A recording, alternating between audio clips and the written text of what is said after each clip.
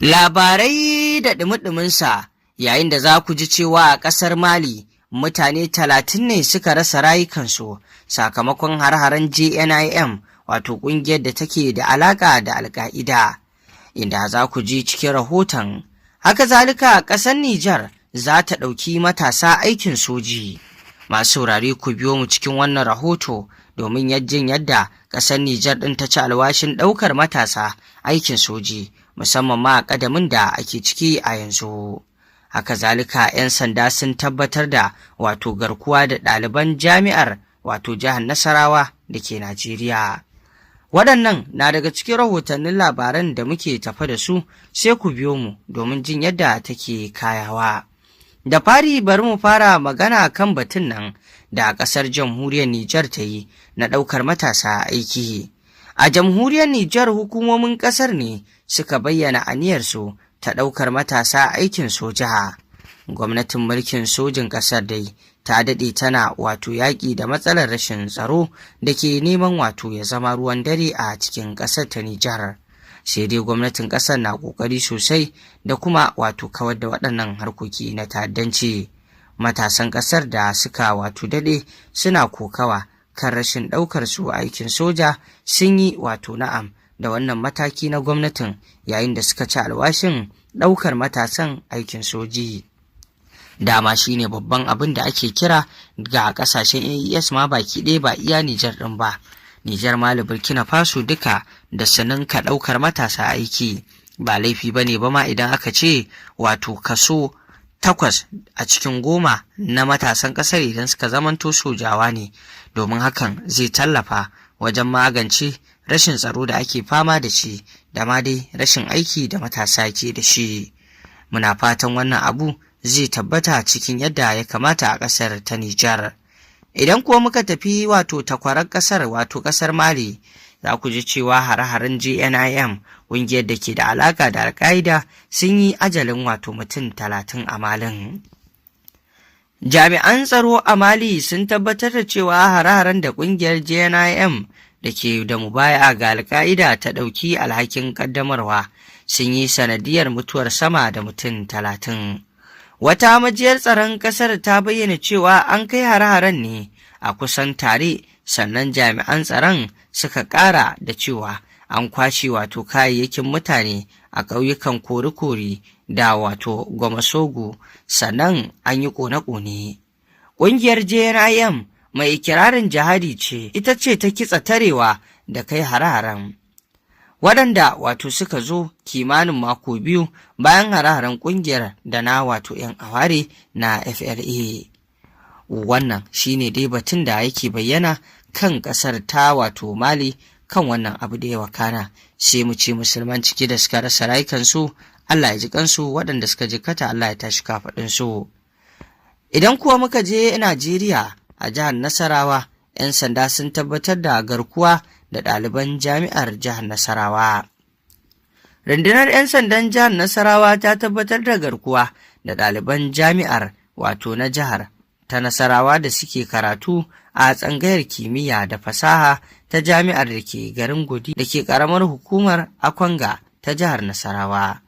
Wannan na kunshe ne a cikin wata sanarwa da kakakin rundunar SP Rahman Nansel ya fitar, inda ya ce rundunar ta sami kira ne daga yankin, inda a cikin wani wato saƙo ya tabbatar musu cewa a safiyar Alhamis wasu 'yan bindiga sun kwashe ɗaliban. Sanarwar ta ƙara da cewa maharan sun yi wato dirar mikiya ne a ɗakin kwanan ɗaliban da ke unguwar Ninzo a garin Wadi, sannan suka ɗebi ɗaliban da ba a tantance adadinsu ba. Rundunar ta ce an tantance mutum 6 da suka ɓace, kuma wato dukkansu ɗaliban injiniyanci, sai wani wanda wato ya ziyarci ɗan uwansa ɗalibi. Sanarwar ta ce kwamishinan 'yan sandan jihar Shettima Jauro Muhammad ya ziyarci yankin, sannan ya yi umarnin a tura ƙarin jami'an tsaro domin wato bibiyar sahun maharan, tare da wato haɗin gwiwar soji da sauran jami'an tsaro domin wato ceto ɗaliban. Wannan shine abin da suka bayyana. Haka zalika dai za ku ji cewa Afirka ta Kudu ta nuna damuwa kan wato shirin Najeriya na kwashe 'yan ƙasarta. Afirka ta Kudu ta bayyana damuwarta kan shirin ƙasar Najeriya na kwashe wato 'yan ƙasarta da ke son komawa gida.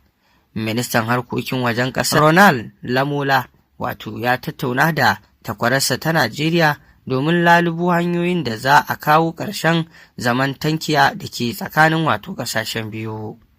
Mun san cewa Najeriya ƙasa ce mai 'yancin wato ɗaukar irin wannan mataki na kwashe 'yan ƙasarta da ke son tafiya, amma muna ganin yin hakan ba zai magance matsalar shigar wato baƙi ta hanyar da bata dace ba, a cewar Ronald. Ministan harkokin wajen Najeriya Bianca Odumegu Ojukwu ta ce har yanzu suna ci gaba da shirya kwaso 'yan Najeriya, kuma ta buƙaci hukumomin Afirka ta Kudu su ɗauki wato tsatsauran mataki kan kisan 'yan Najeriya da aka yi. Ba za mu zauna muna ci gaba da kallon cin zarafi da wulaƙanta 'yan ƙasar mu Afirka ta Kudu ba, da kuma kisan su babu gaira babu dalili.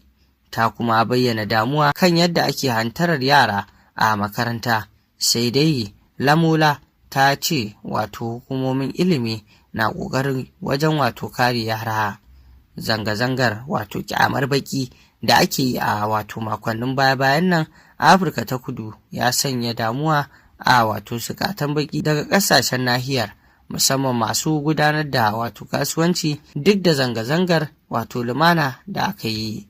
Haka zalika cikin ɗaya rahoton daga dai Najeriya, wato rundunar sojin Najeriya ta ce dakarunta sun ceto yara 7 da manya 2 da aka sace daga wato wani gidan marayu a jihar Kogi a watan da ya gabata. Cikin wata sanarwa da ta fitar, rundunar sojin ta ce an ceto su ne a wani aiki da jami'an tsaro suka yi.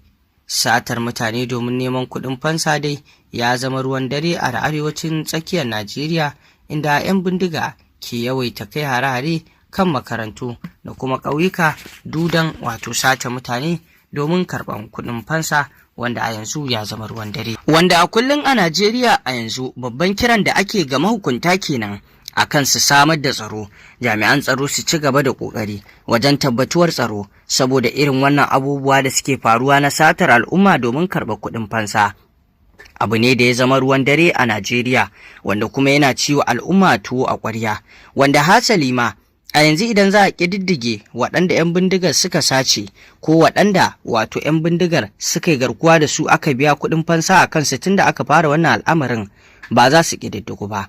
Ya Allah, muna roƙon ka kawo mana ƙarshen wannan al'amari. To masu saurare, ƙarshen rahotannin labaran kenan. Ku ci gaba da bibiyar wannan tasha tamu domin samun ingantaccen rahotanni a koda yaushe. Ku dangwala mana alamar subscribing, sannan ku danna ƙararrawar sanarwa.